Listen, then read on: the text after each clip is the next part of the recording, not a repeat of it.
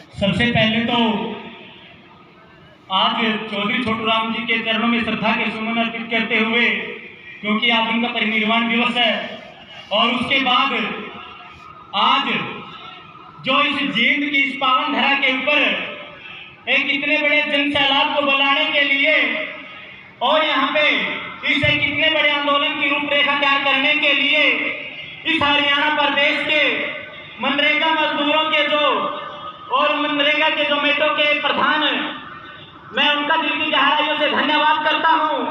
और उसके बाद जो जितने भी हमारे साथी, चाहे वो जिला की बॉडी से हैं, चाहे वो ब्लॉक की बॉडी से हैं, चाहे वो गांव से हैं, जितने भी मनरेगा के मेट मजदूर, जितने भी साथी यहाँ पे आए हैं, मैं आप सभी का दिल की गहराइयों से धन्यवाद करता हूँ। आप सभी का जींद की इस पावन धरा पर पहुंचने पर हार्दिक अभिनंदन करता हूँ। सम्मानित साथियों, आज हम इस जींद की धरती पर एकत्रित हुए हैं। इस जींद को यहाँ हरियाणा का दिल कहा जाता है, और इस दिल के अंदर बैठ करके जो चंडीगढ़ के अंदर हरियाणा की सरकार चलती है और जो दिल्ली के अंदर भारत की सरकार चलती है, वहां तक हम अपनी आवाज को बुलंद करने के लिए यहाँ पे आए हैं। सम्मानित साथियों, जो हम बात करते हैं, जो हमारे से वोट लेकर के जाते हैं, वो कितना हमारे हक अधिकारों की बात करते हैं। अगर हम बात करते हैं मनरेगा के मेटों की, मजदूरों की, हमारे साथी दिन रात मेहनत करते हैं और इनको जो मजदूरी मिलती है, जो मेहनताना मिलता है, मात्र 331 रुपए। 331 रुपए में किसी के घर का खर्च नहीं चलता।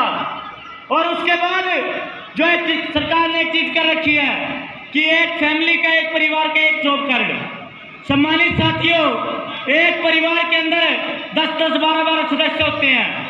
जब एक परिवार के अंदर 10-10, 12-12 सदस्य हैं, तो क्या एक आदमी के रोजगार से काम चल जाएगा? और वो भी मात्र 100 दिन का रोजगार। हम सरकार से मांग करते हैं कि जो मनरेगा के मजदूर हैं, जितने भी मजदूर, जितने भी घर में काम करने वाले सदस्य हैं, उन सभी का अलग से जॉब कार्ड होना चाहिए, उन सभी का। और एक जॉब कार्ड के ऊपर एक मजदूर को कम से कम 365 दिन का रोजगार और कम से कम 600 रुपये उसको दिहाड़ी मिलनी चाहिए। और वह दिहाड़ी भी यह नहीं है कि सरकार 6 महीने लटकाती रहे। जिन साथियों ने मार्च में काम किया था, मार्च के पैसे आज तक नहीं आए हैं। वो पैसे भी सरकार को चाहिए कि जब मनरेगा का काम खत्म होता है गांव से, 2 दिन का समय मेट को दो, वो उसके पुराने साइन करवाए, और 2 दिन का समय जो ब्लॉक में अधिकारी बैठे हैं उनको दो, और उसके बाद सिर्फ 2 दिन का समय बाकी प्रशासनिक अधिकारियों को दें, और 1 सप्ताह के अंदर हमारे मजदूरों के पैसे खातों के अंदर आने चाहिए। क्योंकि उसके बाद अगर हम बात करते हैं, ट्रैक्टर ट्राली वाले लगते हैं, 1-1 साल हो गए उनके पैसे आए हुए, तो उनके पैसे भी समय पे आने चाहिए। जब ट्रैक्टर ट्राली वालों के पैसे समय पे नहीं आएंगे, तो वो क्यों ट्रैक्टर ट्राली लगवाएंगे? यह घटिया सरकार, जिसको आप गुंगी बैरी कहते हो, यह गुंगी बैरी सरकार नहीं है सम्मानित साथियों। यह बेईमान सरकार है, यह बहुत चापलूस सरकार है, यह पूंजीपतियों की सरकार है, यह आप मजदूरों की सरकार नहीं है सम्मानित साथियों। यह सरकार जो घटिया सोच रखती है, वो इस मनरेगा के काम को खत्म करना चाहती है सम्मानित साथियों। क्योंकि वो चाहती है कि अगर इन ट्रैक्टर ट्राली वालों के पैसे नहीं आए, वो ट्रैक्टर ट्राली नहीं लगाएंगे, और जब वो नहीं लगाएंगे तो उसके बाद मजदूर काम कहाँ पे करेंगे?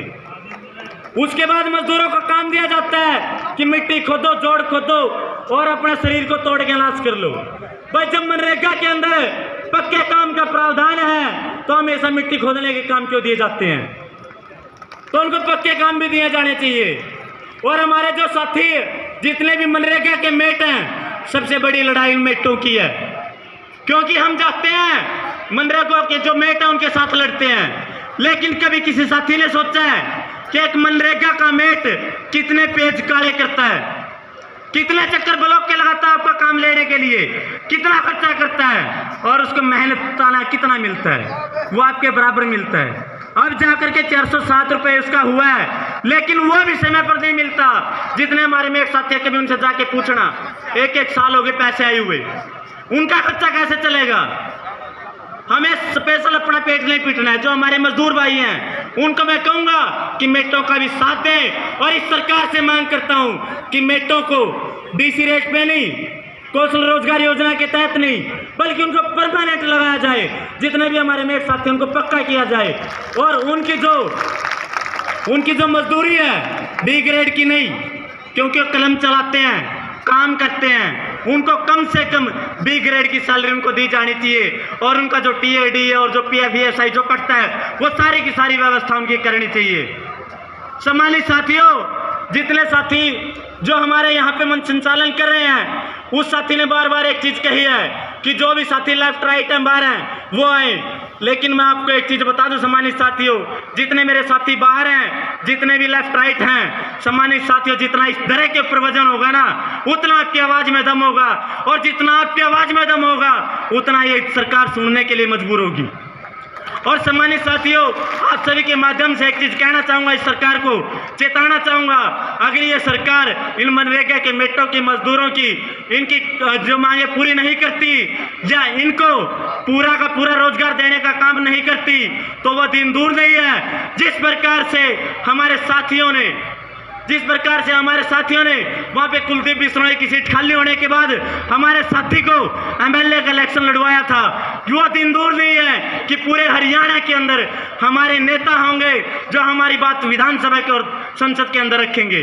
वो दिन दूर नहीं होगा। और उसके बाद इस सरकार को एक चीज़ और बता दूं कि ब्लॉक लेवल से और डिस्ट्रिक्ट के सेक्रेटरी लेवल से लेकर के विधानसभा और संसद को घेरने से हम परहेज नहीं करेंगे। ये सरकार अगर चाहती है खाकी का सहारा लेके हम लोगों को रोक लेगी तो इस सरकार के अंदर इतना दम नहीं है। जितने मेरे IBCID के साथी आए हैं उनको भी कहना चाहूंगा कि वो जा करके अपने आकाओं को कह दे कि ये मजदूर जी इनके अंदर एकत्रित हुए हैं। जितना दम है, जितना जोर है वो लगा ले, इनको नहीं रोक पाएगी और इनकी मांगों को सरकार को पूरा करना पड़ेगा। जब तक इनकी मांगे पूरी नहीं होंगी हम लोग ऐसे ही लड़ते रहेंगे, ऐसे ही चलते रहेंगे। ना रुके थे ना रुके हैं, ना झुके थे ना झुके हैं, चलते थे और चलते रहेंगे। अपने हकों की लड़ाई को हम ऐसे ही लड़ते रहेंगे।